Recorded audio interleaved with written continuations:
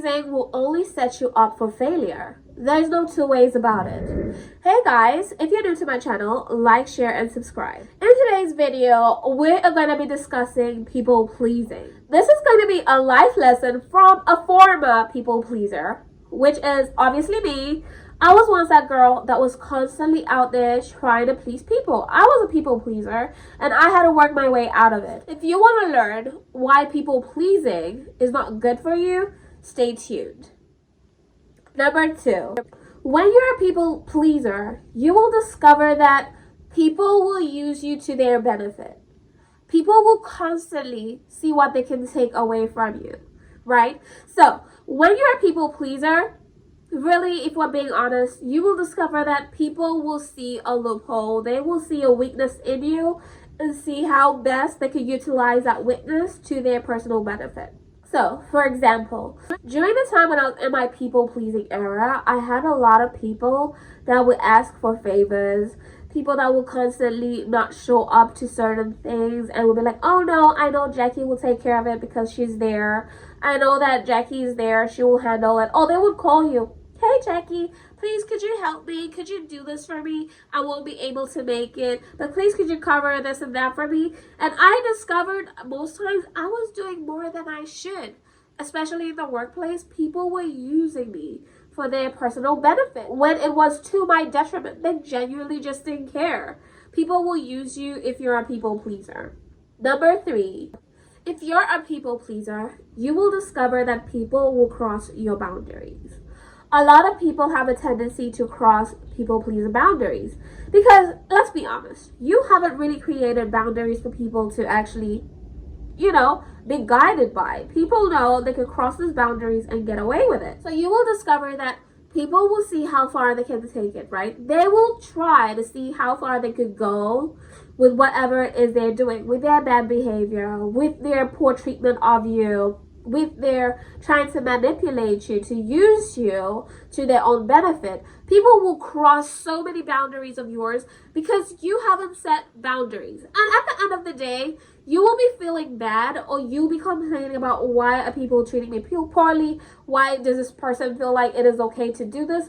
No, honey, you cannot blame anybody else for their behavior or their actions towards you. It's because you never set boundaries for them in the first place. You never set rules for them to follow or to be guided by in order for them to know that there's a limit to doing things. So when you're a people pleaser, honestly, in most times, you find yourself actually accepting people treating you poorly. When people give a vague apology for their actions, you'll be like, oh no, it's okay, it's fine. You easily dismiss it. But in honesty, you're dismissing yourself. You're dismissing your self-value. You're dismissing your self-worth. You're telling these people, it's okay for you to treat me poorly. It's okay to walk all over me. It is okay for you to treat me like I don't deserve the very best. It is okay for you to treat me like I am not worthy or I do not compare to you as an individual. Number 4, I have learned that we do a lot of people pleasing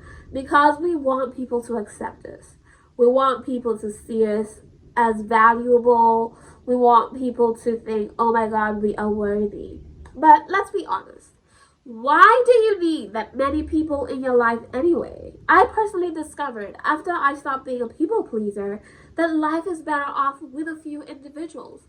The more people you give access to into your life, or the more people you let into your life, or you give access to your life, is the more chaotic your life becomes. But the less people you have around you, the less chaotic your life is, the more peaceful your life is. You don't need that many people around you. If you have a few people that value you, it is far worthy, far more valuable, far more important than having a lot of people who consider you to be useless, right? Number 5. You will discover that as a people pleaser, you're constantly seeking validation. And this is just a backing for number 4. You're constantly seeking validation. But then you'll discover that in your quest to constantly seek validation, constantly seek approval, constantly seek to be good in good books with people, you'll find that your self-esteem goes down. You will discover that the more that you seek those things is the more you feel unworthy because of how people begin to treat you. So then you overcompensate. You begin to do even more to actually try and see if they will value you more. But that's when your self-worth actually goes down. That's when your self-value goes down. That's when people actually even consider you less. That's when people treat you less human. That's when people treat you like you're not worthy or you're not an equal. So it is important for you to actually see, put yourself on a pedestal.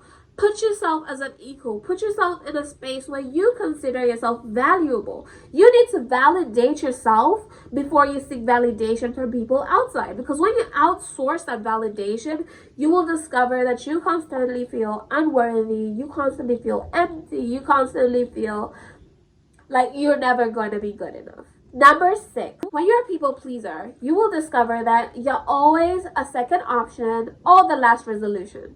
What do I mean?